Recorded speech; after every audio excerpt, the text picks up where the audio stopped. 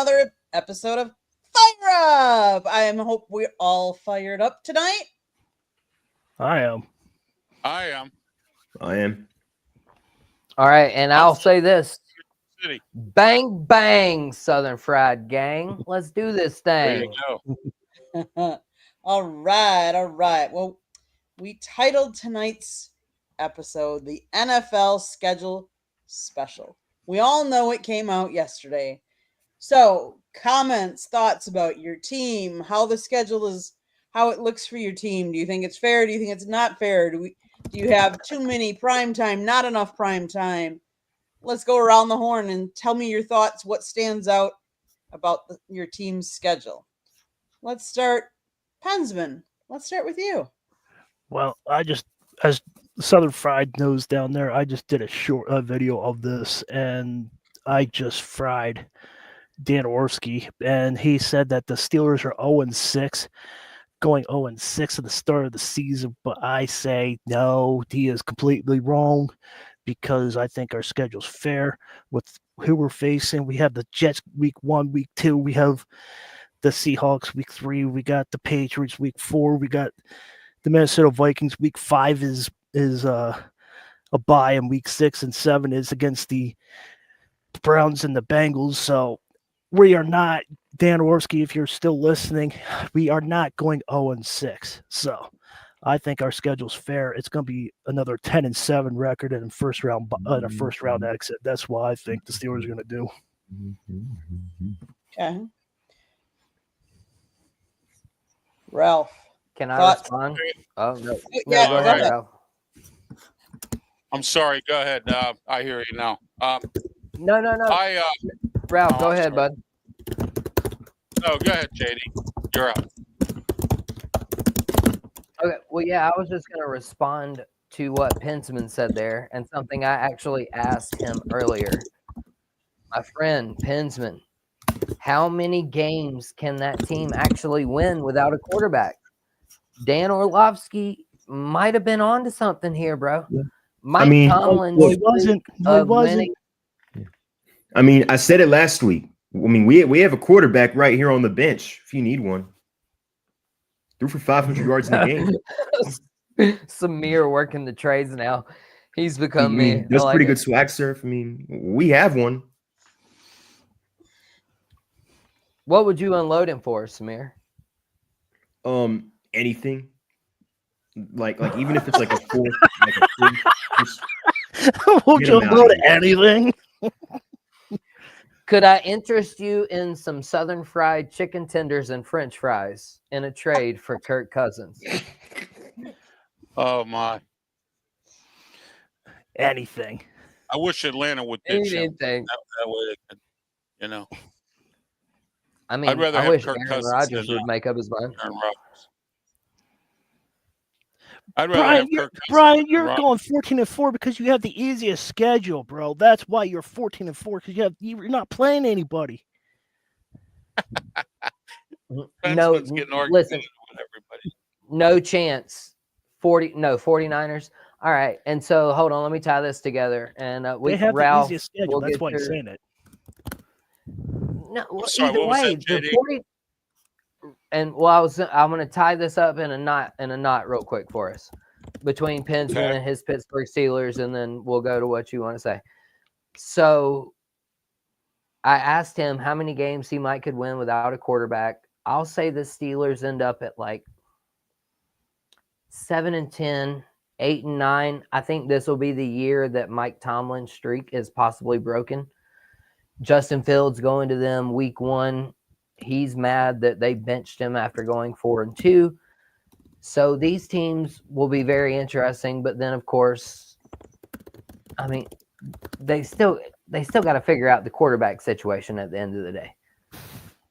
They don't have. I mean, Mason Rudolph.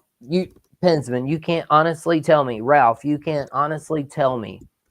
You think you're going to win 10 games with Mason Rudolph as your starting quarterback in Pittsburgh? Well, I will say this, though.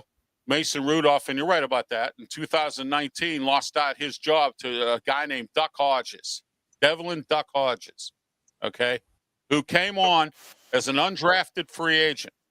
Okay. So just to let everyone know about Mason Rudolph, and he failed in Tennessee last year, a couple different times, maybe more than once. All right. If you talk to Robert Butler, all right, he'll tell you that. Okay.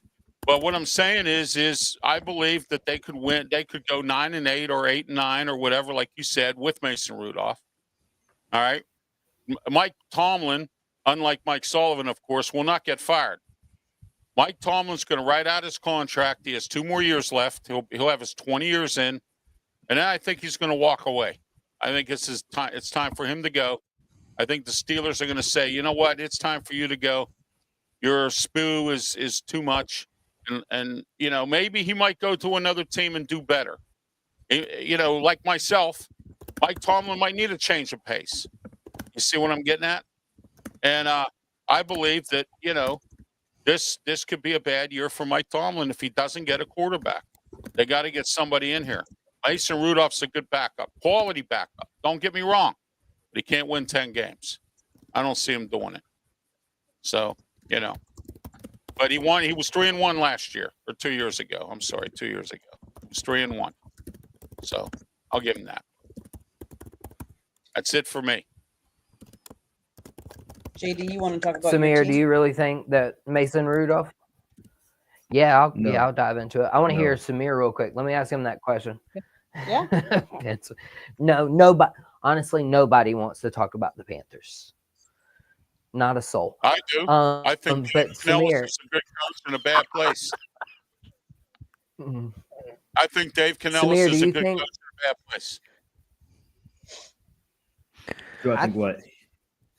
Yeah, it's I'll Samir. address that. So yeah, Samir, do you think that Mason Rudolph could win 10 games in Pittsburgh? I mean, do you see them? You think the trade will happen between Kirk and them? Well, I think it makes sense for both sides if they don't sign Rodgers, because if in the case of Pittsburgh, you don't have a quarterback. Like your quarterback room right now is Mason Rudolph, Will Howard, and Skylar Thompson. Skylar Thompson. So how are you going to compete, especially in the AFC North with that QB room? I mean, like realistically, We're and gonna, if we're you're gonna split Atlanta, the- we're going to split the series. That's how we're yeah, going to do. yeah, and if you're Atlanta, you don't need your young quarterback looking over his shoulder every time he makes a mistake when you have a $40 million backup on the bench. And secondly, I just don't want him after the way last season ended, the way he wasn't really all that transparent about his health. I don't want him. I just don't want him back. And an overwhelming majority of the media here and the Falcons fan base feels the same way. Like, you cannot go into, let's say, training camp with fans there and all this excitement about Michael Penix, and you have that distraction there. You know what I mean? You can't have that, especially in the locker room. I just feel like it'd be a distraction. Right. Yeah, I can totally Brian understand Pettit, that. Brian Pettit, I'm not ignoring you, but hello, thank you for the hellos and thank you for the concern. My back is fine now. Thank you. Go ahead, JD. Oh yeah, no, that's fine. I was gonna see if anybody wanted to react to what Samir said before I tie what he was saying into my Carolina Panthers to segue in this business. Well, as I said, JD, the Carolina Panthers, Dave Canellis is a good coach in a bad place. He's got a bad owner who what I still can't figure out is here's a guy that graduated from Carnegie Mellon University in Pittsburgh, one of the most expensive universities in the entire world. Here's a guy that's got all kinds of degrees, and he don't know how to run a football team, okay? Or he doesn't care to run a football team the way he should, all right? And that puzzles me. That's what puzzles me right there. If you come to Pittsburgh and you go out to the Carnegie Mellon University campus, everything is Tepper Hall, Tepper lunchroom, Tepper this, Tepper that. That's Dave Tepper. That's his family. I worked with one of his cousins, okay? So what I'm saying is here's a guy that's bright, but he don't know how to run his football team right, or you don't know, he's not a good owner. Dave Canellis is a good, bright, young coach. Just sad that he's there. That's all. Right. That's my Well, and I will speak right to that, and we'll tie it right into their schedule and everything this year. So, yes, David Tepper might have one of the most expensive college degrees in the world, but you want me to tell you which one he's missing? common it's called- sense. No, it's called the football degree. And yeah, common Yeah. sense, absolutely. Common sense would tell you to hire the best possible people, put them in the position to succeed, and get out of the way.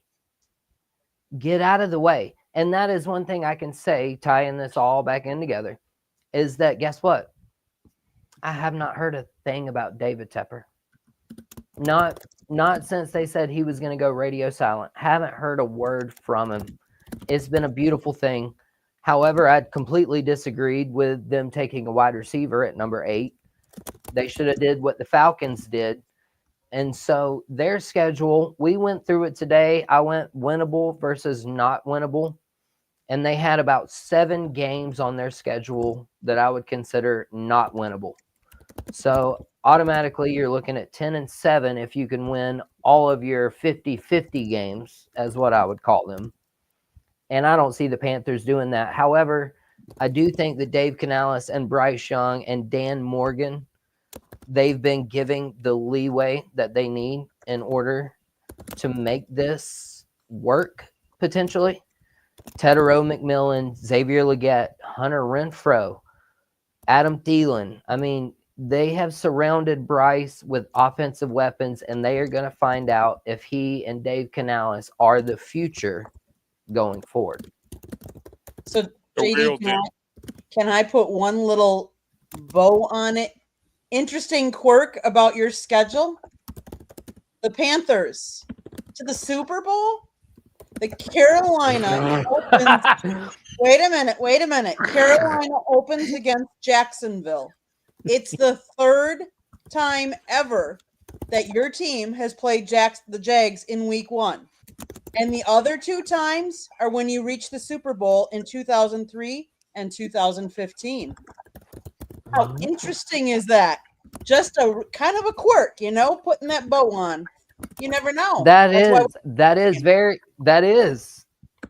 is so interesting, Candy. I mean, and I'm going to listen, add I'm another not. thing. It could Listen, be Carolina listen, Cowboys. listen. Go ahead. Samir, as a Falcons fan, though, I think he can attest that the NFC South is a toss-up.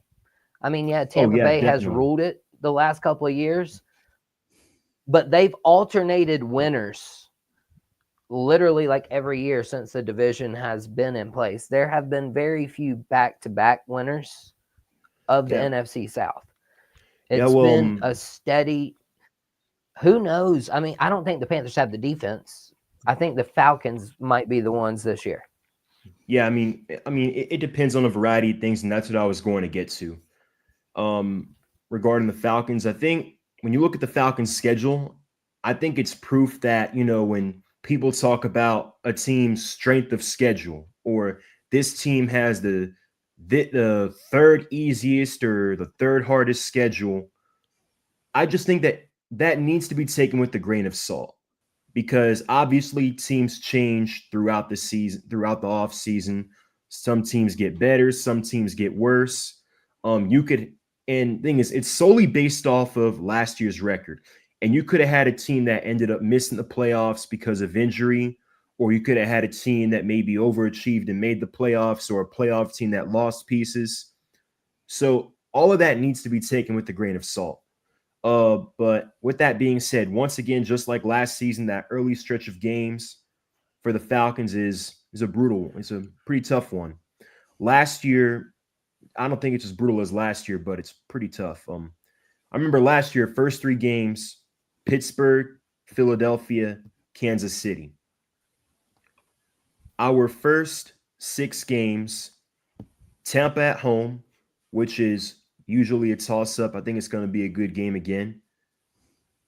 You have Minnesota on the road, Carolina on the road, Washington, Buffalo, both at home.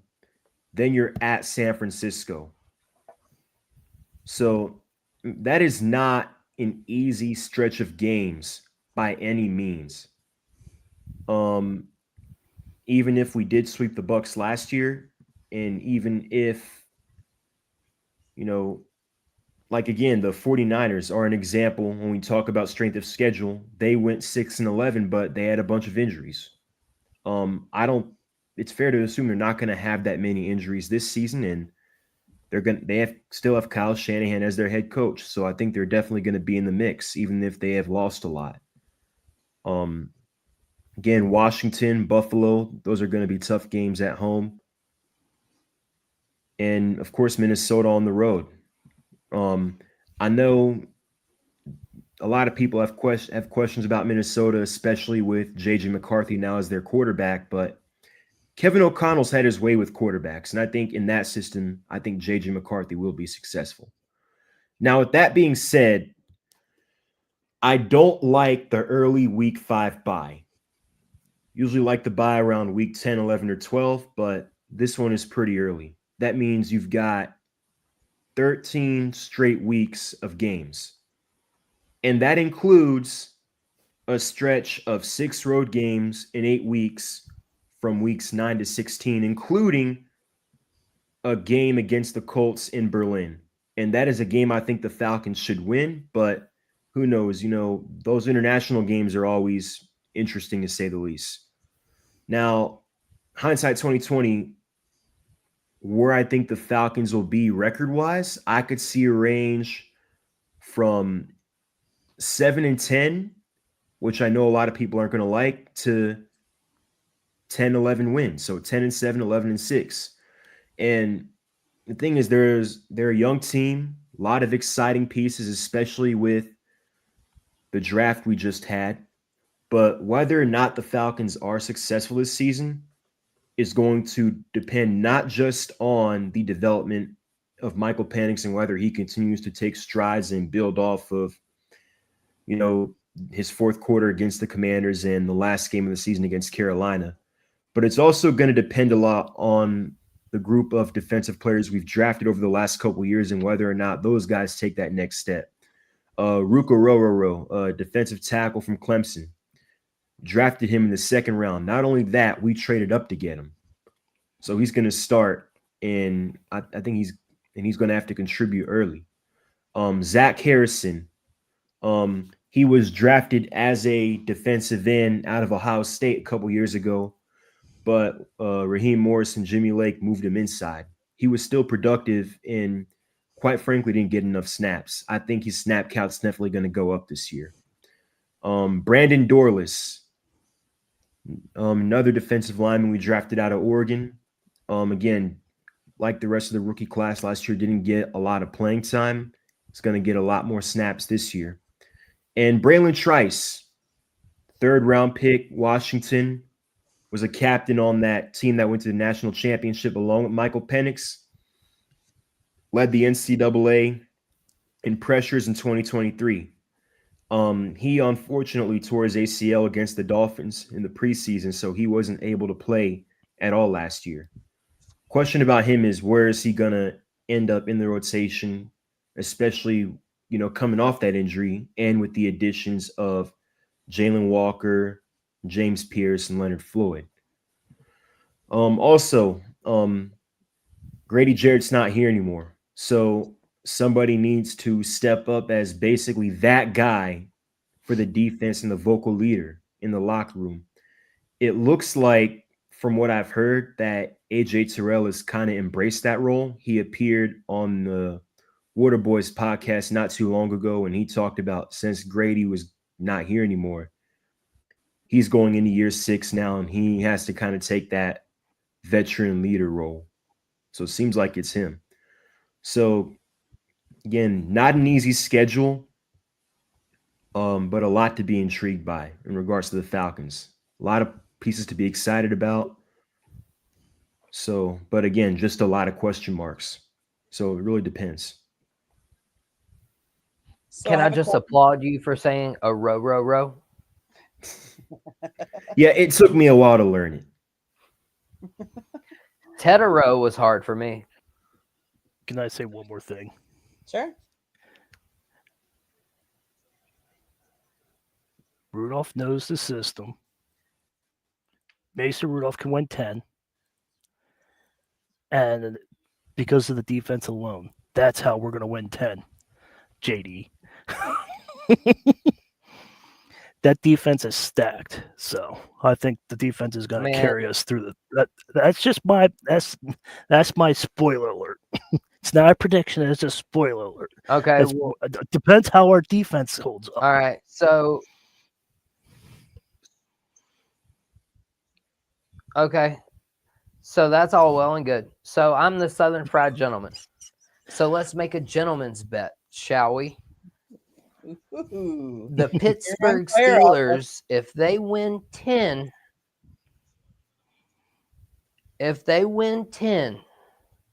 the Panthers win 12. All right? That's what it is. So the gentleman's bet will be, I've seen it.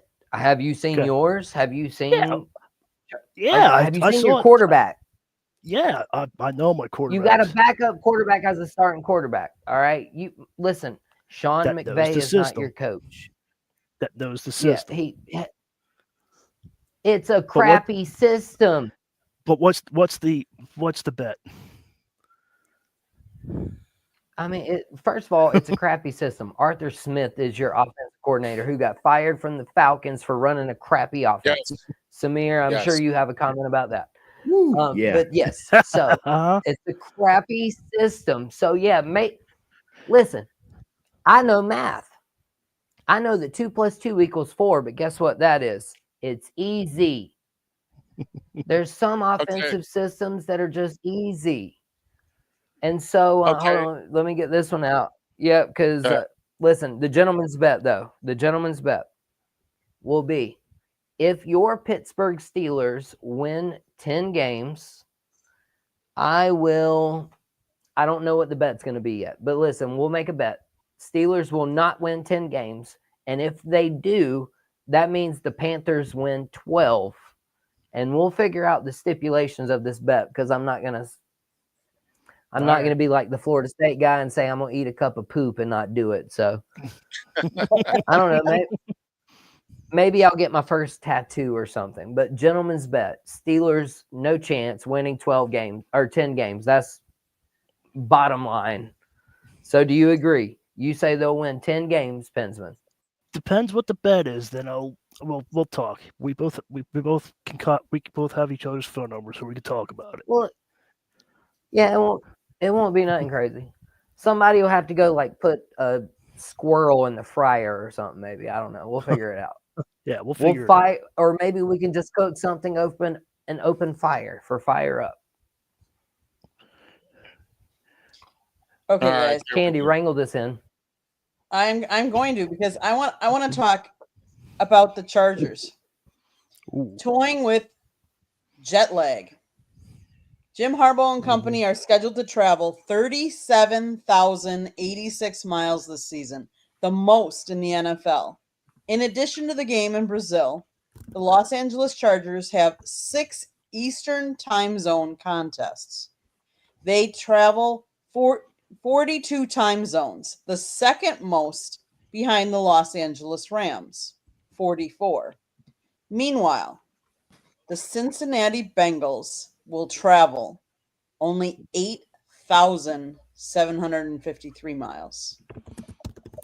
Thoughts? Is that a big disadvantage to the Chargers? And we'll start with Ralph. Well, Candy, that's something called, plan ahead, or something called, we're going to find out what this Chargers team is made of. Can the players survive the jet lag? Can they survive? They should. They get paid a lot of money. And I believe that, if the NFL sticks it to them like they stuck it to the Steelers over the years, I think that the Chargers could survive. Jim Harbaugh's a strong coach. He can get his players motivated for these games, despite the fact that we have to travel 80 million miles or whatever to get where we need to go. And if we have the highest travel miles in all the NFL, let's see what they're made of. Are they a strong team to survive? It's survival of the fittest, out there. And real quick, JD, Carolina, it's better to be lucky than good because they're not good. They're going to be lucky this year if they do win. So there you go. Facts. That's it. Samir, you want to talk all about the traveling of the Chargers? I mean, I get it's not ideal for any team to travel that much and have that many East Coast games on the road, but in a way, I think it's a trade-off. They play, well, actually, not really, because they lose a home game because they play the Chiefs in Brazil, which I don't like, but I agree with what Ralph said. If there's a coach out there that can get them prepared for that kind of scenario, it's Jim Harbaugh. I do think overall, I don't know if they'll be as good as they were a year ago. But one thing you also have to look at is the spread, like how their schedule is spread out. So they have Chiefs in Brazil, then they go to Vegas. But I think the brutal part is they go from having Denver at home after a short week, coming off that Vegas game. Then they travel to the other side of the country and they're at the Giants. So there's a lot of traveling, especially in the early part. Brazil, Vegas, then back home. But then they go to New York or East Rutherford. Then they go back to LA. Then without a bye week, they go to Miami. So it's just like that first part is a brutal stretch of, back and forth for the Chargers. But again, as I said, and as Ralph said, if there's any coach that can get them mentally prepared for that, it's Jim Harbaugh. And you also have, even though I think he is overrated, you have a veteran quarterback in Justin Herbert, which also helps. All right. Hey, that was one thing I was going to mention too, was the Chargers, y'all. And we've got one of my guys, he's been on my show before, Madcraft. He's my resident Charger fan. Candy, I've told him to call the number before because he was like, JD, open up the phone lines. I was like, man, I don't have that capability. I don't even have a phone. I mean, you can try to call me on my cell phone, but I can't get you on, Madcraft. But he's over here, man. He's open up the phone lines. The Chargers will be just fine, Candy. He says my Bolts will be just fine, Candy. And then he also says Chargers answered this question in their draft. Old school bully ball. Marion Hampton is that dude. Trey Harris can't be worse than QJ. Talking about Quinshon Judkins. No, not Judkins. Oh, what is it? Quentin Johnson. Quentin Johnson's the wide receiver name. And so, Madcraft, listen, I know you're the Chargers, man. And I was going to say this. I think the NFL punished Jim Harbaugh for the NCAA. Why else is it that they have the only schedule that they travel more in miles than 3 other teams combined? Is that punishment, or could Jim Harbaugh, great coach like you guys just mentioned, could he make it into great chemistry? Can he help build those plane rides into culture? Because we've already seen the Chargers coming up. I don't trust the Raiders in that division. Obviously, the Chiefs are susceptible with all of their one-possession wins last year.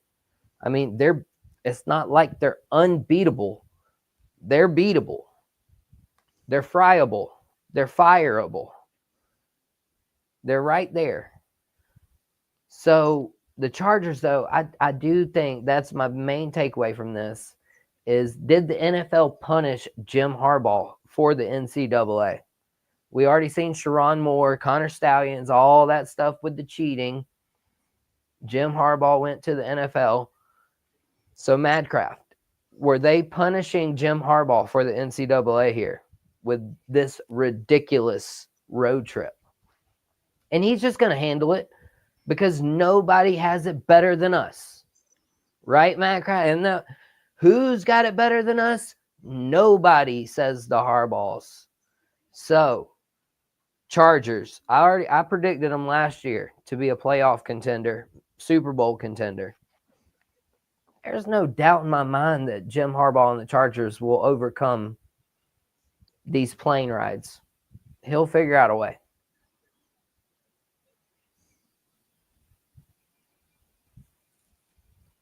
Hensman, your thoughts? Jim Harbaugh can prepare. Justin Herbert is a good quarterback. It's just how well prepared they prepare. The Chargers are a good team, like Mad says, but we'll see how they prepare from week in and week out. And it depends if it's a short week too. That you gotta look at that too, because there's Sunday and Thursday, so you gotta prepare for that too. Chargers are a decent team, and we play them week 10, and I have them losing to them. So that's what's going to happen. I think they're going to playoff team. I think they're going to make the divisional round and lose to the Chiefs or the Buffalo Bills. So we'll see. Oh, and Jim Harbaugh loves Gamecocks, by the way. I forgot about that part. I figure you'll know that. He's always drafted Gamecock players. He got a few of them this year. He's a smart guy. Intelligent man. And I have breaking news to share too. The Carolina Hurricanes just defeated the Washington Capitals and eliminated the Washington Capitals 4-1 series. So Ovechkin is no longer playing until October. So if you're a Capitals fan, I'm sorry. I'm not. I know you're not. Well, you might be because you moved. So Pensma is not really No, breaking Carolina news. Hurricanes 9 minutes behind Game Chuck, who already said that. So just so you know. I know. All right. I just saw it there. So well, they eliminated our our guys in the chat room. If they're on top of things, that's awesome. But they eliminated them for the series is 4-1. I had them going to the Stanley Cup, but fortunately, they didn't make it. Awesome. Okay, did we all talk about Chargers, or did anybody else have any commenting back and forth on the Chargers? No. Nope. Okay, how about the fact that the Philadelphia Eagles play on 5 different days of the week this year? They have a contest on Sunday, Monday, Thursday, Friday, Black Friday, and Saturday. A little unusual to be playing on all those different days of the week. But hey, they're the Super Bowl champions. Shouldn't be no sweat off their back, right? Absolutely. Okay. Isn't that a song, Candy? Sunday, Monday, Wednesday. Isn't that a song though that sings all the days of the week or something? Yeah. Yeah. Sunday, Monday, Tuesday, Wednesday, Thursday, Friday, Saturday. Easy happy days. Easy. Well, no, yeah, that's happy days for sure. But there was another song though that I'm thinking about. Oh, I thought you were talking about happy days. I like easy happy days. Hey, calm down, Southern Fried Fonzie. So I would say he's mad. Go out there and follow all of us and all of us hosts here. Hey, Mad. So yeah, Samir is at ATL _ Samir. What was it, Samir? I'm pulling it up now. Because Mattcraft's on Twitter. He stays active. He's what I like to call the Braves sunshine pumper. He's been telling us all to be positive about the Braves since they went 0-7, and here we are. We're above 500, and it's all because of Madcraft. Yeah, ATL _ Samir 2401. That is my Twitter. There you go, Madcraft. Hit him up, my man. I'll make sure I'll post it out to you and let you know. And then, hey, are you following Ralph Madcraft? Ralph, what's your Twitter handle, brother? It's Ralph Williams, RW Media. Hit him up. Plenty of stuff, and then Pinsman. I appreciate that. Thank you. Matt's already following me because you tagged me in the post. Oh yeah, we got y'all hooked up last week. Yeah. Yeah. Andy, tell them where I they can have find it, South South Florida. Florida Tribune at Tribune South. So, my question to all of you: the number one pick in the draft, and he has no primetime games. Yeah, I thought he would at least get one. Usually, past few years or for a while now, the number one pick, especially when it's a quarterback, has usually gotten at least one or two primetime games. But in regards to the Eagles, they do play 10 playoff teams from last year. But again, that's something I've always taken with a grain of salt. As I said earlier, I think they'll be fine regardless. They did lose a couple of pieces, but they're loaded. Howie Roseman drafts out of his mind virtually every year. But yeah, I was going to circle back on that. Right. Okay. Well, and to what you Except- just said, and I'll let Candy or Pinsman take over, whoever. Except Well- for this year, I was surprised. But go on, JD. Well, John Campbell was a steal at a 31. That I give him that. But the other drafts were like, yeah. Yeah, well, what you were just mentioning though about the Eagles playing 10 playoff teams. There's a stat, Madcraft, my guy. Can you remind me? There was that old radio host we used to have here in the upstate. I won't mention his name, but there was a stat, and it's something like 50% of playoff teams year to year do not make the playoffs the following year, and it might be It's a little higher. less. You get it's- 60. Yeah, there's a stat though. So yeah, who cares about Eagles playing 10 of the 14 playoff teams last year? Half of them probably aren't going to be there in the playoffs again this year. So I mean, you can't really gauge it on that. I mean, if we could, shoot, we would all predict the future and make tons of money gambling, right? Exactly. No love for the Saints. The Saints they have no primetime appearances. It's the first time they got shut out of the primetime slate since the 2000 season. You love to see it. I'm interested to see what Kellen Moore is going to do down there. I will tell you this much: he wants to make a trade for Kenny Pickett with the Browns. Well, will Aaron Rodgers go to New Orleans too? I don't You see never that know. happening. Don't see that happening. I think it's No, Pittsburgh where Kellen Moore. he's retiring. But yeah, I hope he that's not really retires. surprised. The Saints are not viewed highly in regards to their roster. It's an aging roster. They've been in cap hell for a couple years now, and now it's kind of that time to pay the piper. The Falcons have not swept the Saints since 2016, their Super Bowl season. If there's any year for them to do it, this is the year. Saints have always played us hard. It's, in my opinion, the best rivalry in the NFL because no matter what the records have been, Ooh. no matter what the all-time series is tied. It's been going back to the late 60s. The all-time series is deadlocked. And again, as I mentioned, no matter what record each team has, the games are always close. Like one time in 2019, the Saints were 7-1. We were 1-7.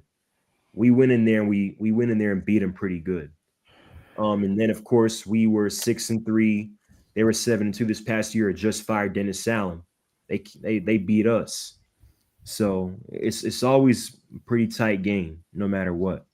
Time out. Well, hey, No, time out, hold time up. out. No, I'm Hold gonna throw on, it to you, time- Pinsman. time- No, time. I'm But yeah, listen, otherwise, I'm I'm not gonna high on the you- Saints. Not many Go people ahead. are, rightfully so. yeah. Okay, so Samir, love you, man. Go ahead. Great Go ahead. takes. But before these two AFC North dudes fry you up, I'm going to give you the opportunity to say that the Atlanta Falcons and the New Orleans Saints are possibly one of the most competitive series in the NFL. But I think you might have to backtrack about it being the best rivalry in the NFL. Pinsman, Ralph, In my Go opinion, I think it's that because it's not just the teams; it's within the fan bases, the culture between the two cities. Like, You've obviously never been up to the AFC North games. I mean, No, you have the Buffalo Bills throw people through tables. Okay, we don't it's like listen. We're when we crazy go to down New here in the Orleans, South, but we don't do a that. bunch of Falcons fans go. When the Saints come here, a bunch of Saints fans always come.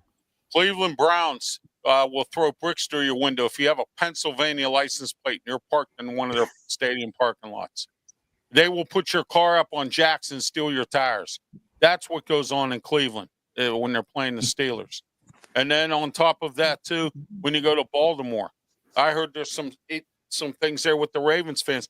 I told my wife if we do go to a Ravens Steeler game at Ravens Stadium, we're just going to sit there and not cheer because I don't want to get myself thrown something thrown at me or whatever.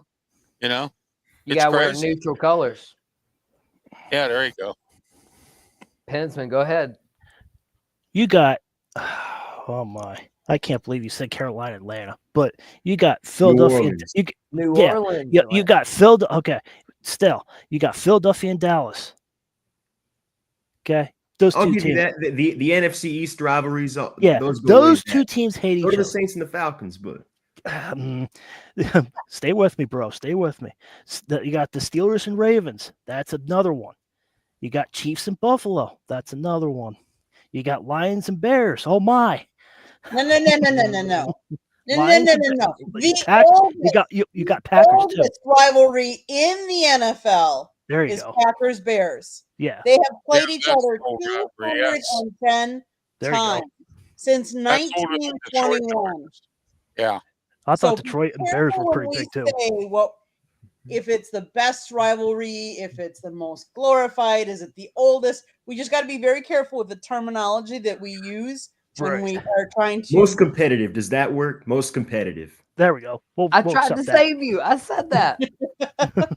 Yeah, because look, if the Falcons ever went 2-15, if those 2 wins are against the Saints, like But- it kind of softens that blow, definitely. It's the same for the Packers Bears. I'll be honest with you. The Bears, they always, and that's the way I would say it is with most rivalries that are divisional rivalries.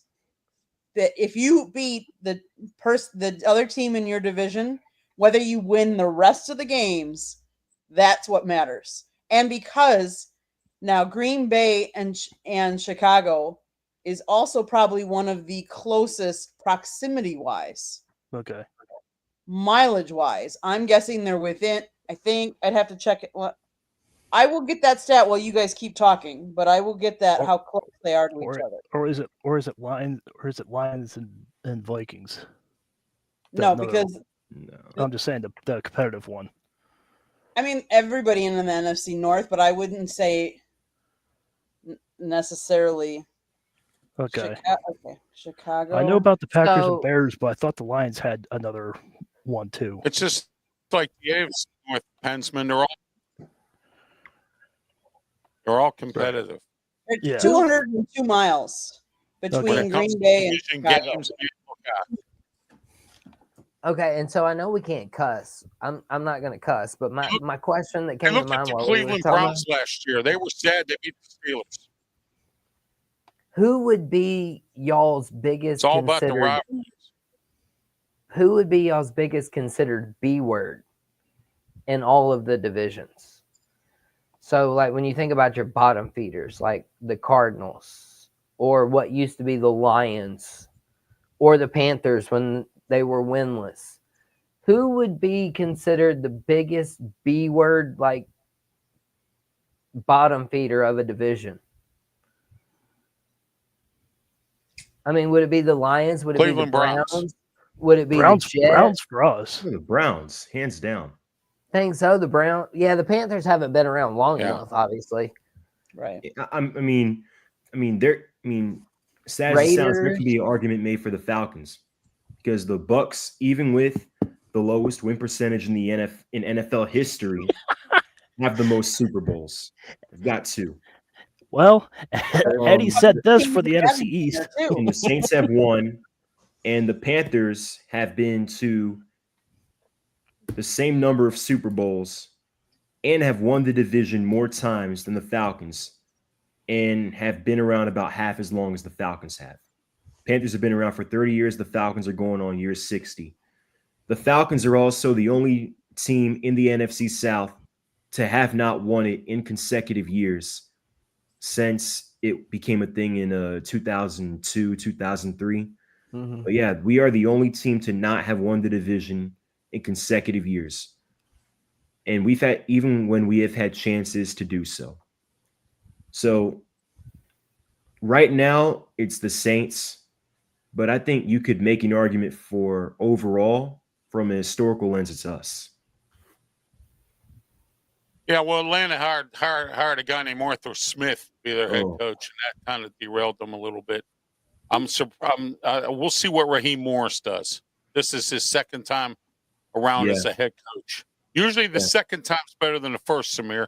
So we're going to find out where he goes. You know, Yeah, or we'll how see. you know. We'll see. I mean, you could make a case about like the Lions. They've never made it to the Super Bowl, and they've been around for how many years? Mhm. Yeah. My co-host, Smoking Jim Frazier, Candy, calls it the Bobby Lane curse. Mhm. He comes up with Oh, curses. yeah. He calls it the Bobby Lane curse.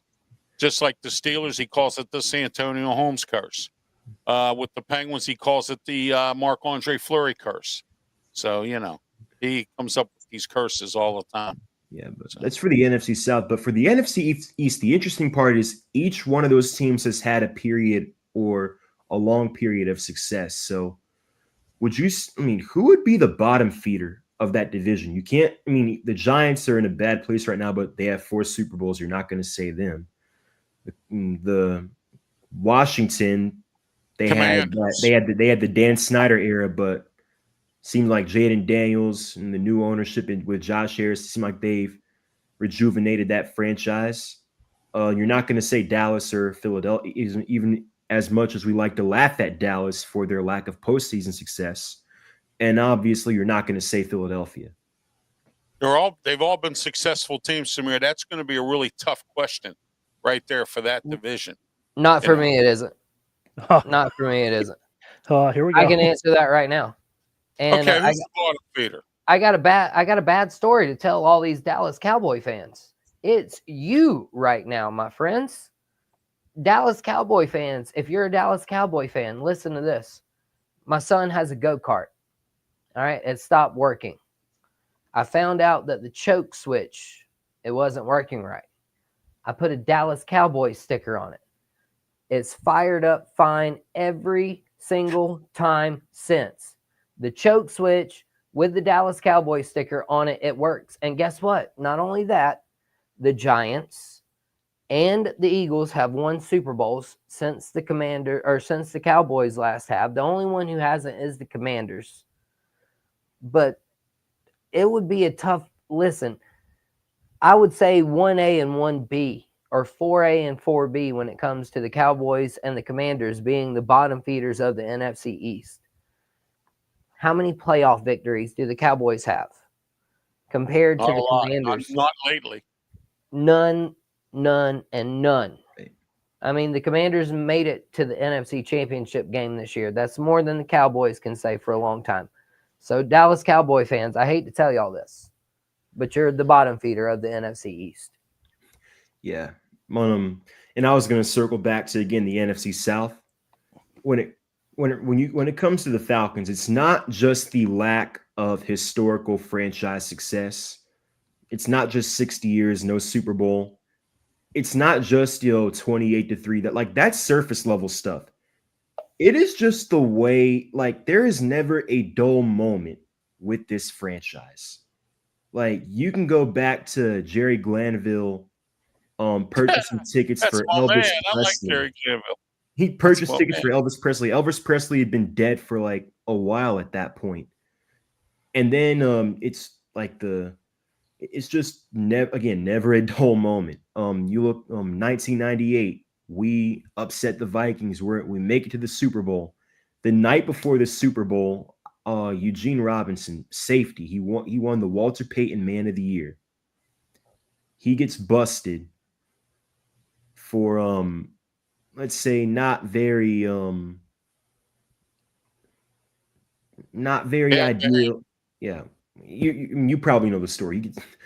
The night before the Super Bowl, and then it's the Michael Vick, the way the Michael Vick era ended, the Bobby Petrino saga, losing the yeah. 2012 NFC Championship, and it's just the last 5 years alone. The last 5 years alone, since like 2020, team did not have fall on an onside kick against Dallas. They let Nick Foles with the Bears come back and beat them. You hired Arthur Smith as your head coach. You went into a season with Desmond Ridder as your starting quarterback. You lost to Josh Dobbs, a guy who had just been traded to the Vikings like 2 days before the game. Didn't even know the system. Didn't even know his teammates. Comes here and beats us. And then you got this season, 6-3. And again, they just find the most creative ways to lose games. Right. Well, hey, the chat, I got to mention the chat real quick. We got P Digits, we got Brian, we got Madcraft, all of these guys. They've kept us in check here on some bottom feeders. They were like, hey, how about the Jets? How about the Dolphins? Gosh. The Dolphins, Dolphins being bottom Terrible. feeders. I mean, these guys, they were tapped in on it. Brian even mentions Lions, Vikings, Titans, Chargers, look, Browns, Bills. I'd say the Chargers too. I mean, the I put Bills the as Chargers much in there as as well. Yeah, I mean, Yeah, no, like I call the Chargers the West Coast Falcons. Like they will just find ways to lose games, like you've never seen. mhm. How about the Raiders? I mean, the Raiders were once a great football team. Mhm. Look at how they have fallen, how the mighty have fallen. Yeah, And now they Also- got 70-year-old or 75-year-old Pete Carroll to try to bring them back. Candy, I'll let you rein it right in after this. I gotta ask though, since you just mentioned the Raiders, have y'all seen the new Amazon movie coming out with Nicolas Cage playing John Madden and Christian Bale playing Al Davis? Look up the picture, y'all. I'm telling you right now, it'll be the best thing you've ever seen in your life. I swear to you. Look up the Amazon documentary picture of Nicolas Cage as John Madden and Christian Bale as Al Davis. They're sitting there both with their Super Bowl ring like pointed forward, and Nicolas Cage looks just like John Madden. Wow. I got to see that. So I got to go to a comment here in the chat. How many times has a Giant got a top 3 pick in the last 30 years? I don't have that stat, but I have a different stat.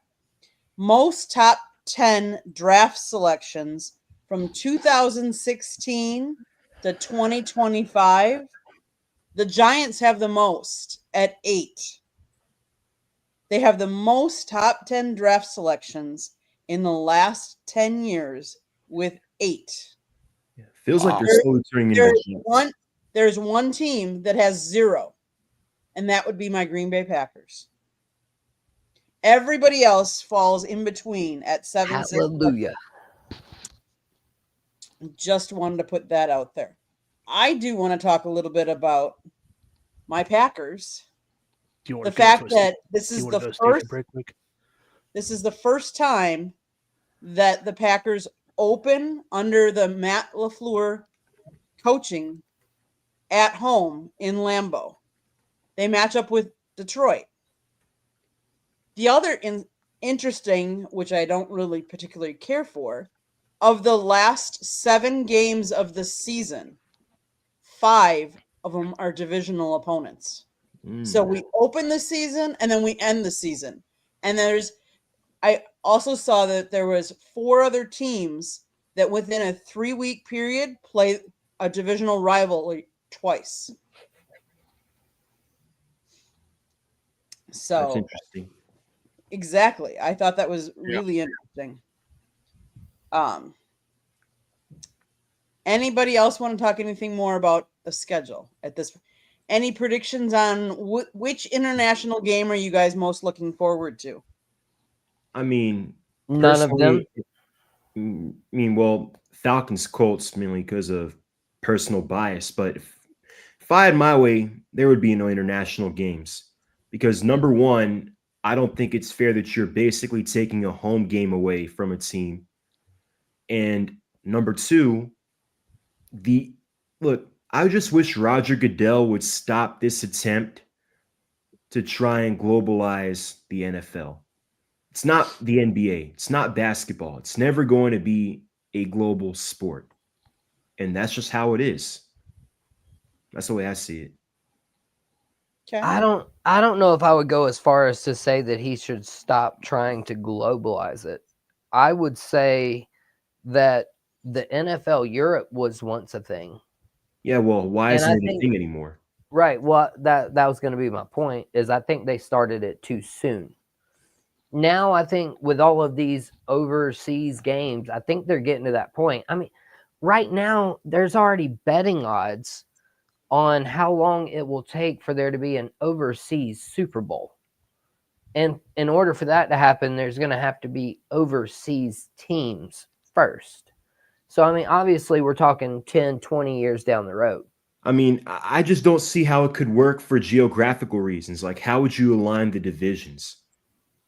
Like, It if would just have to there's an be- overseas team, only like that would make sense in my eyes is maybe if you put one in Toronto, because they had the Bills play a couple of games there for years a while ago, and it's right here, essentially right here. But But Well- you're also going against the CFL then, because they already have a league there. yeah, Right. mean, I just don't see them expanding team wise overseas, mainly for geographical reasons. And I think 32 is the right number.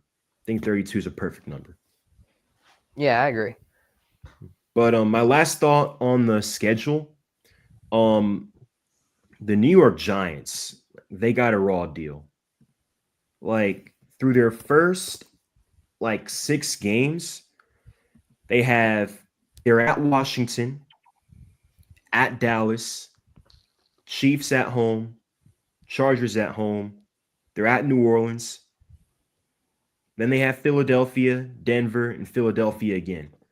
So there's a very good chance that they could start 2-6, 1-7. But again, I know that kind of goes against them. Take the strength of schedule with a grain of salt. But man, that is a brutal start to your first half of the season, especially when you have Brian Dable and Joe Shane on some pretty hot seats. That is not an ideal schedule. You know, Samir, they should have been fired after this season. They I should, don't understand. I what was happened. surprised they weren't. I know. So was I. I couldn't believe. I scratched my head. I'm like, what are you doing? You're bringing back the same failing Ralph. people. You know. Ralph. Yes. This is the. See if I can do this. That's the picture that JD was talking about. Oh, okay. I see what you're saying. All right. Yeah. Yeah, I got you. about the John Madden. He looks just like him to a T. Oh, I got to look at that. I got to see that. I got to talk about that. There you go. Okay. No Guys. way. Gamecock Chuck, who walked it off? Candy, I got one more international thing to say. Okay. I'm looking forward to the Steelers and Vikings. One, Steelers are my team, and Vikings is because of JJ McCarthy, because of him playing at Michigan. I want to see how he reacts this year, even though Well, they're playing how each about other. back to So back? How That's about gonna be back to back from yeah, Minnesota? that's gonna be rough. That's gonna be rough. What I agree with Samir what he said. So what he said was point on. So that's what I got for that. I'm just looking forward to Steelers and Vikings because of JJ McCarthy. See how he reacts overseas, and this is his first action in the NFL because he got injured last year. So I'm just curious how he will do this year. Any other comments on the NFL schedule? I have another NFL topic I want to get to here. Well, real quick here, the Steelers are playing. I got the 2027 preliminary schedule that might be coming out I'm sorry, 2026 schedule. The Steelers are playing they're playing the Jacksonville Jaguars in Vietnam, so they want to expand it into Vietnam. I'm just kidding. So sorry. That's good, Ralph. You got me on that one. Because what I was going to say, though, is we were talking about Samir said he didn't want to go overseas and it would be too much travel and all of this. And so to tie it all in a nice little bow about the Chargers we were talking about earlier, would any of those overseas teams travel farther than the Chargers this year? Candy, back to you. Interesting question. No, I don't think so. I mean, they're traveling further than 3 other teams combined. correct. The Chargers are. It's crazy. It is crazy. My next topic. NFL owners are going to discuss a proposal to allow players under contract to participate in flag football when the sport makes its Olympic debut in 2028 in Los Angeles. How do we feel about players playing flag football? Now, mind you, the Olympics will be played. This would be played in July, I believe. When the 2028 games will be held from July 14th to the 30th. Training camps would typically open for teams that summer in the final week of July, based on the current league schedule. It'd be interesting to see how many NFL players actually participate. Because I mean, yeah, it's flag football, but again, one wrong turn, you fall the wrong way, that can have an impact. And I don't know if any NFL players, especially big names or stars, would want to risk that. Patrick Mahomes and Tyreek Hill have already expressed interest in participating in the Olympics. The U.S. has to do whatever it takes to win, Candy. They did it with the NBA players going in for basketball when the college players couldn't get it done. I don't blame them for doing this. I have some concerns about injuries, like Samir said, but I think it's a good idea because our country that do whatever it takes to win the Olympics, the goal. Do it. I don't think there's anybody out there better than us anyway, as far as that goes, football. Pensman, any thoughts? Except maybe Australian rules. They're already doing flag football in the Pro Bowl, so I can see them doing it. So exactly, that's good move. And what Ralph said about whatever the U.S. has to do to win the Olympics, I go for it. Do it. They're already doing it. So if you don't make the Super Bowl, you get to play flag football all year round. So. And for some reason, the ratings were up in the Pro Bowl when they were playing flag football. The ratings went up and it was competitive. So why not? I always called it the Pro Bore because it was always boring. You didn't tackle nobody. You didn't, you know what I mean? So maybe everybody liked the idea of flag football. If you're not going to tackle, you might as well just do flag football. JD, your thoughts?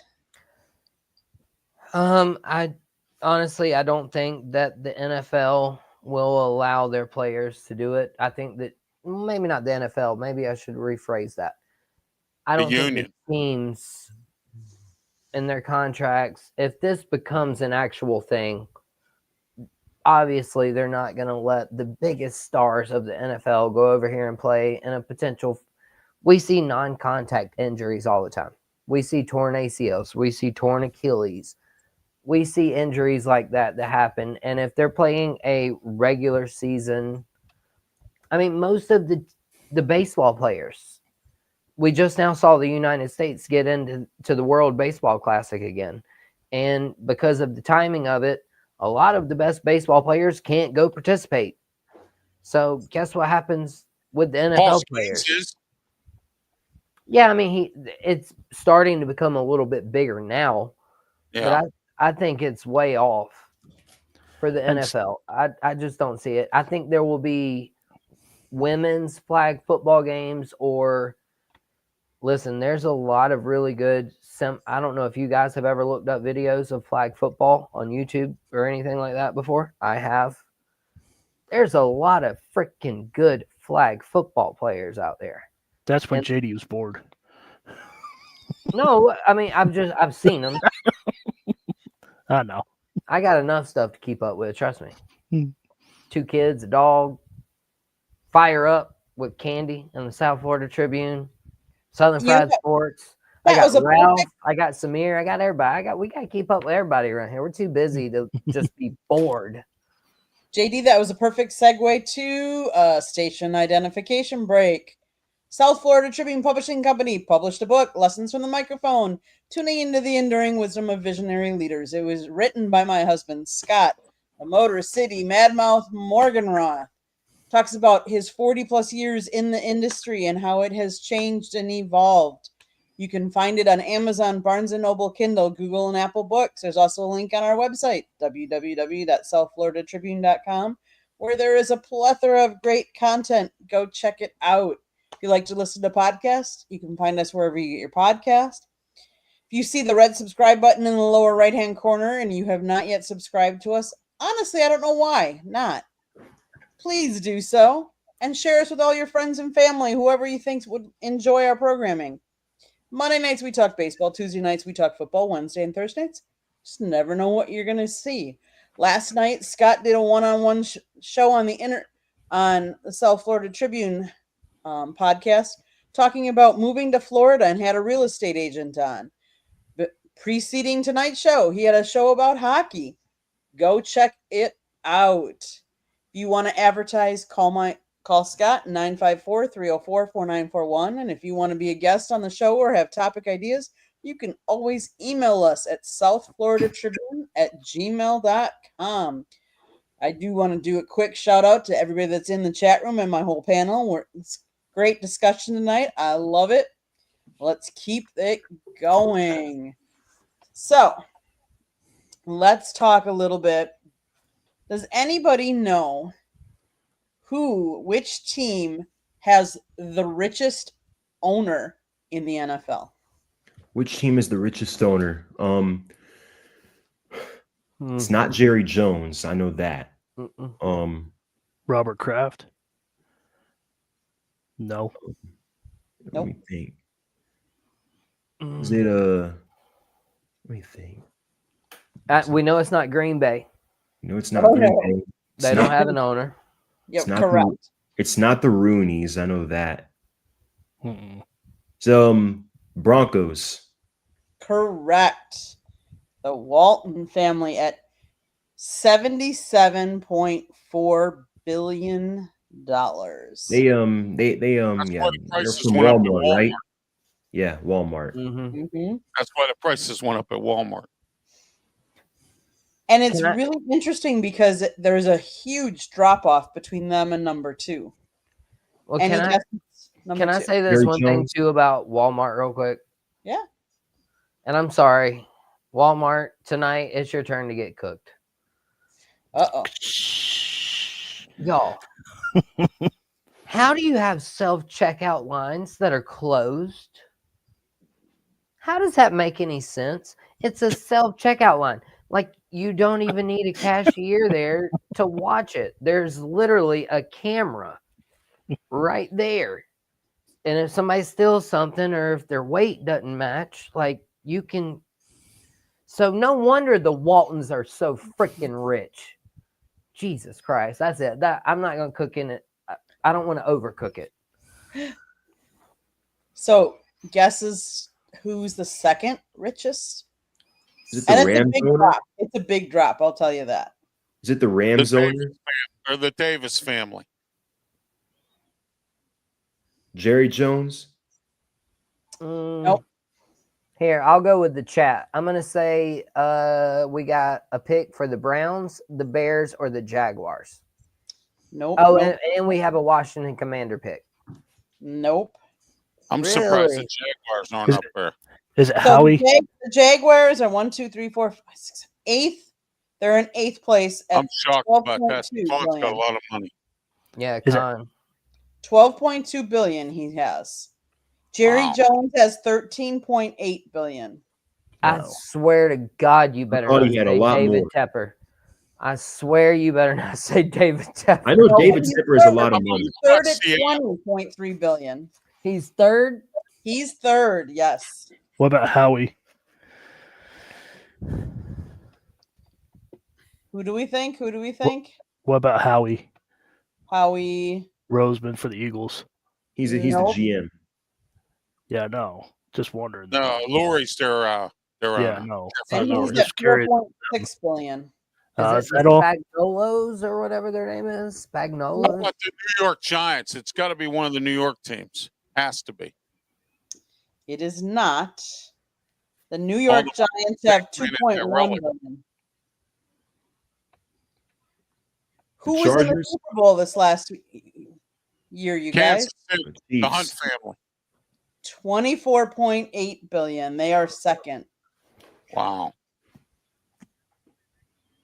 So highest is Broncos, second is Kansas City, third is Carolina, fourth is Seahawks, fifth is the Rams, Jets, Dallas, Jags, Patriots, Dolphins, Buccaneers, Commanders, Falcons, Browns, Ravens, Bills, Saints, 49ers, Houston, Eagles, Indianapolis, Chargers, Raiders, Giants, Lions, Titans, Cardinals, Vikings, Bears, and Steelers. And then, of course, the Packers don't have an owner.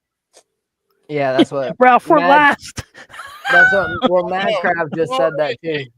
It doesn't surprise me, Pensman, because No, the Roonies no. are so cheap, they would squeeze a penny and then Lincoln's head would come out. I So, I know, mean- but George Pickens was right about us.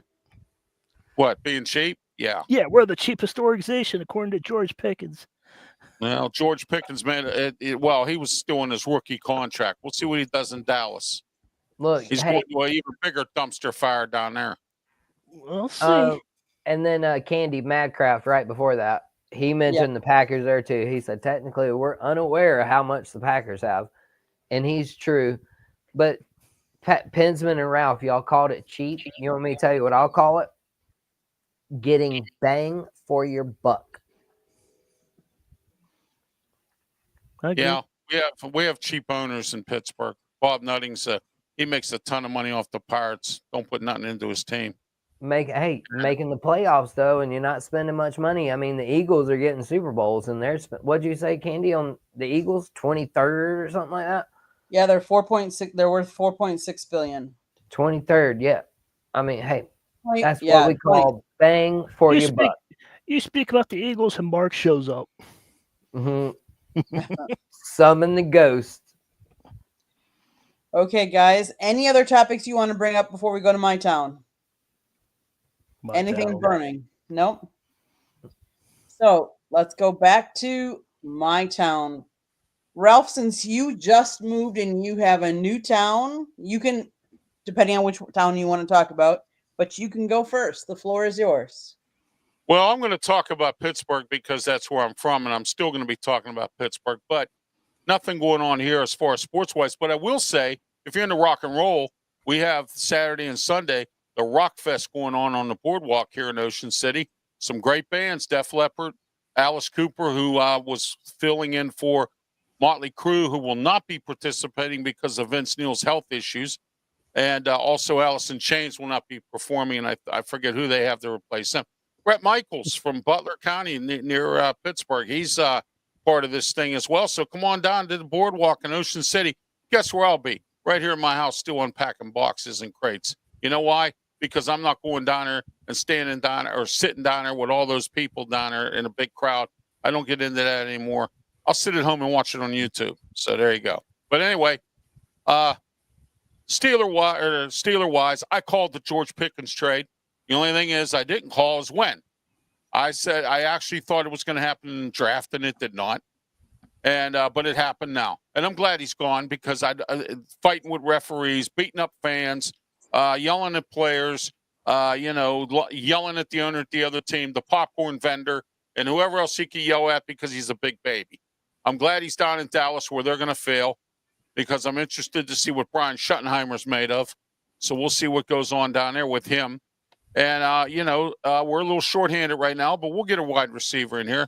There's plenty out there. Keenan Allen's still sitting there. There's a bunch of guys. I hope we get Nick Chubb as a running back. We need some help here Me too. on that position. Two He's a other things. I called Caleb Johnson and I called Jack Sawyer. Those are the two I called for the draft. So you don't believe me? Ask Luther Dupree. He was sitting next to me at the draft party I was at. And I said Caleb Johnson and I said Jack Sawyer. And both of them were drafted by the Steelers. So I've been pretty right in the last few weeks or months here about some things. But I was wrong about Shadir Sanders. I thought the Steelers would take him when he arrived at number 21, and he did, and the Steelers didn't. And from some of the reports I've read and some things I've heard, I'm glad we didn't. I'm glad we got who we got. And I was a little unhappy about that, but because they made me wrong. But I was right 3 times and wrong once. So I'm 3-1. So there you go. And I'll let Pensman tell you about the rest of it. Okay. Pensman, you want to follow up? We are not going to get Nick Chubb because we got Trey Sermon. So Nick Chubb is, he's going to be out the window. So I'm just glad that George Pickens is gone because Ralph forgot that he was kicking footballs into the stands too. I forgot about that one. But I got everything else right, though. Yeah, he got everything else. He just forgot the football in the stands and getting fined 10,000. He was even harassing the popcorn vendor. So there we go. Yeah, so I'm glad. But what's going on in my town is the Pittsburgh Pirates fired their coach last week, Derek Shelton. But I don't know if Ralph agrees with me or not, but Don Kelly made this team a fighting team. They are in a lot of games. They took 2 out of 3 against the Mets, I think. But these team is really improved. I don't think they're going to go to the playoffs, but as far as a fighting team, I think they are improved majorly. From Derek Shelton to Don Kelly, I think it's a big improvement. Yeah, anything's better than Derek Shelton. Okay, Samir, what's happening in your town? All right, so since last week regarding the Atlanta Hawks, they are still conducting their search for the next president of basketball operations. There were some names that had popped up. Yeah, so there were some names that had popped up previously, including former general manager of the Kings, Calvin Booth, who's currently with the Nuggets. Danny Ferry, who was our former general manager a while ago. Elton Brand had pulled his name out. A candidate has emerged as of yesterday, a new one, and it is current Raptors general manager Masai Ujiri. He's been a great executive for a long time, one of the most well-respected. He had a pretty good run with the Denver Nuggets, and now he's been with the Raptors for the last 12, 13 years, built that championship team in 2019. And I feel like if the Hawks could somehow get him in here, that'd be a great hire. Another guy they're considering is Trae Young's agent, part of creative artist agency Sports. They are also considering Giannis's agent as well. So that is something to watch out for, especially with the trade rumors surrounding Giannis. But ultimately, what I think is about that is, is it really going to matter if Tony Ressler, who's the owner, doesn't change his philosophy? For those who don't know, he's owned the team for about a decade now. He has never gone into the luxury tax at any point during his ownership. So if you bring in a new president who's going to want to be aggressive and make moves to improve this team, is he going to be willing to open his wallet? Now regarding the Braves, 0-7 start. They are now back at 500. They have been 22 and 15. Sorry, since their 0-7 start. Drake Baldwin, top prospect going into the season. He is slowly playing himself into the National League Rookie of the Year conversation.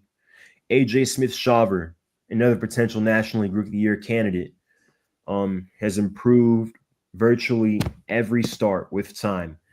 He was peaking at the early 90s with his fastball in Tampa. He hit 98 today. Beat the Nationals 5-2. Michael Harris is starting to turn the corner. Austin Riley and Matt Olson, that middle of the order has been a little cold. Ozzie Albies had his first hit in, I think, 27 plate appearances the other day. So bullpen's been a little shaky this series. They blew a 4-1 lead last night, and they gave the National. They put a couple runners on for the Nationals in that 8th inning, but they held on and got the win. Falcons, we talked about it. Schedule was released yesterday. Although I don't think it's as hard as the first 3 games were last season, opening with Pittsburgh, Philadelphia, and Kansas City. That Bucs game, which is a toss-up, is going to be, in my opinion, a game that you have to win, especially at home, week 1, in front of your fans. You've got to win that game because at Minnesota Sunday night, that's not going to be an easy game. Even at Carolina, who has improved, I don't think they beat us last year with our season on the line. That's not going to be an easy game. So they've got to get that week 1 win against the Bucs, Minnesota, Carolina. Then you've got back-to-back home games separated by a bye between the Commanders, who, in my opinion, we should have beat last year, and the Bills. Commanders are a gettable one. They're going to be a tough game, but it's a definitely gettable one for the Falcons, given how we played them last year. And then the Bills, I don't see us winning that game, unfortunately. But yeah, that's all I have right now for my town. Okay, JD, what's happening in your town? Well, I will segue it off of what Samir was just saying.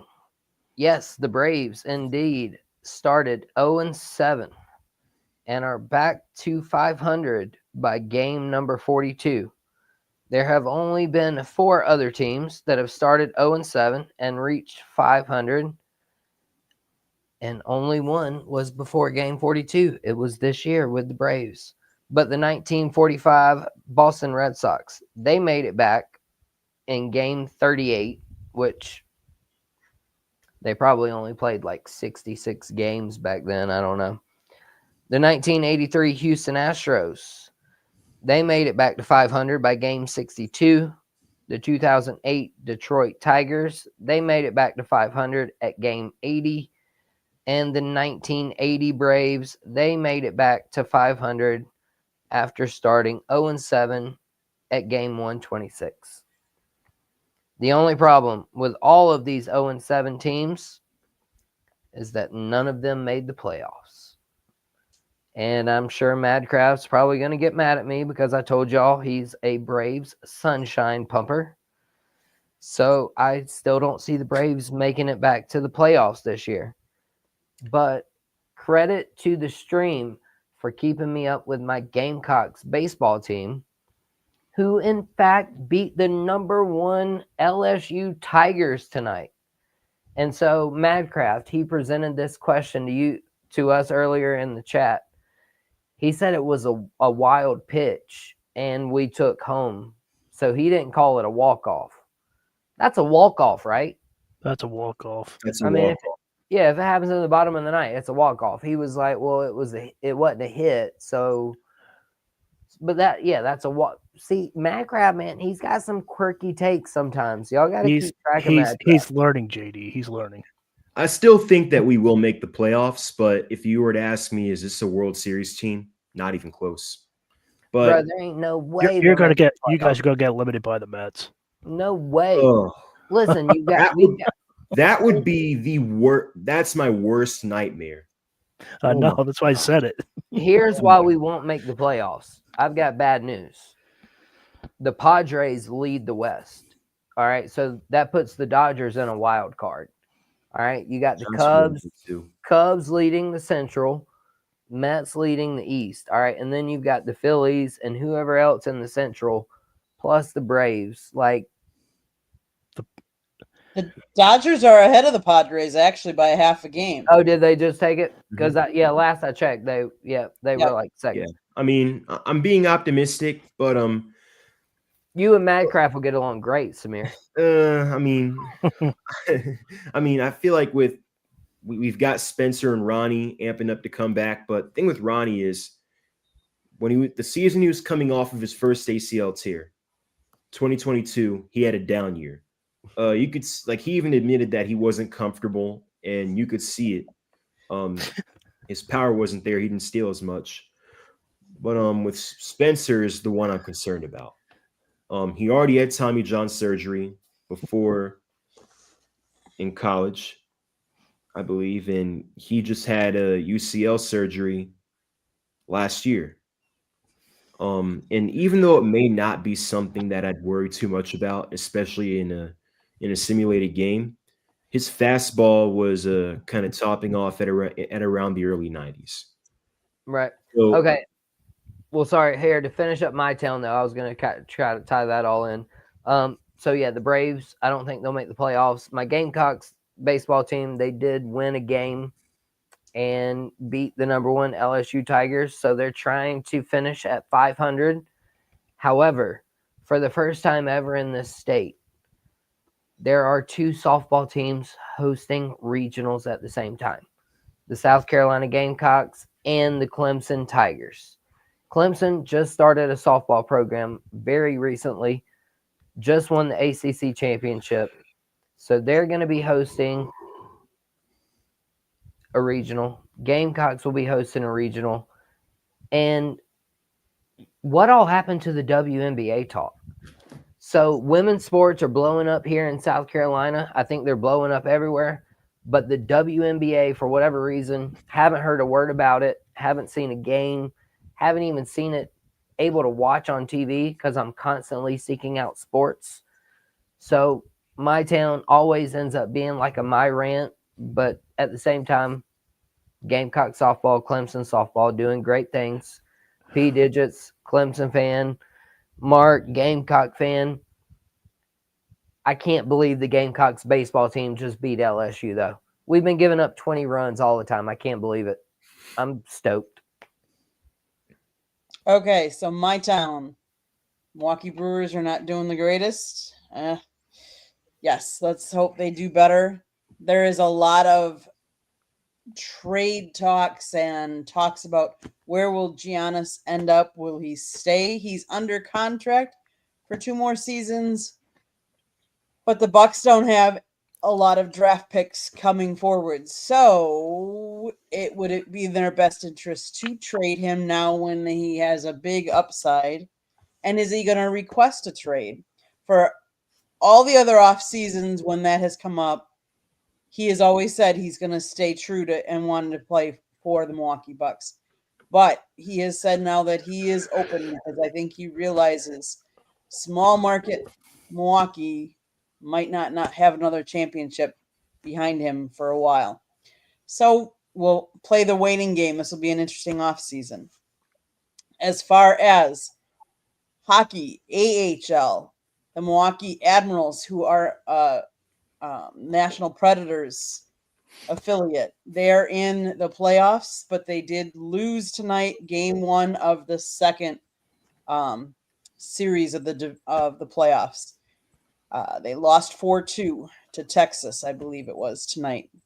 That was only game 1 of their series. So, and as far as where I live now, I live in Florida, and the Florida Panthers took it to the Toronto Maple Leafs last night to take a lead in the playoffs, and they come home and play tomorrow night, hoping to eliminate the Toronto Maple Leafs. So we'll see if that happens or not. That's kind of what's been happening in where I live now and where I'm from. So we're going to go around the room and you can tell everybody how people can find you, get a hold of you, watch you, subscribe, read, whatever it is that you guys do. We'll start with JD, start with you. Oh, beautiful. I had this comment highlighted that I missed from Mr. P. Digits. He says, in my town, I got to cut the grass, put a grill together, and wash the truck. And, bro, I'll tell you what, I've got to cut my grass. I got to finish putting my kids' swing set together. I've got to put cages around my tomato plants and my cucumber plants. And I got to put new brakes on my car. And I got a wife and a kid and a dog and 2 cats to take care of. And so that is why it's such a privilege for me to come on and do this show once a week to vent to all of you and be the Southern Fried gentleman that I am. I try to be as nice about it as I can, but I love you all. I love all of you who commented. Ralph, Pensman, Samir, Candy, South Florida Tribune, Greenville Sports Media, everybody in between. Y'all make sure to hit like, follow, subscribe. Everything you need to know is at the bottom of the screen. At JD Wyatt 06 on X, at Southern Fried Sports JD on YouTube, where some of you are watching and listening now. I just really appreciate all of you guys and being able to do this. I haven't been able to do it much. I try to go live 3 times a week. We even had our technical difficulties, but hey, thanks to this nice little Ethernet cord right here, we've been able to stay on and be heard, and it's just a pleasure. I have a great time. I ain't got nothing to complain about, man. Life is good. I hope everybody else is good. Okay. Samir, how can people find you? So as I'm still trying to make it a goal to get my own YouTube channel up, get my own show up, my own podcast up. So right now, follow me on Twitter/X at ATL_Samir 2401. Again, that is ATL_Samir 2401. I have almost all of my articles published there, and I'm gonna try to get some clips from the show up. You can find me on Fired Up Thursday Night, and I'm currently trying to arrange to get on Inside the Pigskin on Tuesday night. So thank you again. Okay, Mr. Ralph, how can people find you in that new studio? Yeah, it's Studio 10 down here in Ocean City, Maryland. I love every minute of it too. But I've been busy as well as JD has. Unpacking boxes. Trying to get over the screw job my friends gave me. But anyway, also I'm working on putting up gates around the back deck area so that my dog don't run out into the wherever. Okay, and I got some stuff going on as well here. But anyway, you can get a hold of me at YouTube channel, Ralph Williams RW Media, Twitter X, Ralph Williams RW Media. Also, don't forget I'm on Facebook, Tumblr, and LinkedIn as well. LinkedIn, I am on very briefly. I'm kind of angry with them. They've been charging me money every month, but won't tell me why I can't get on their network live.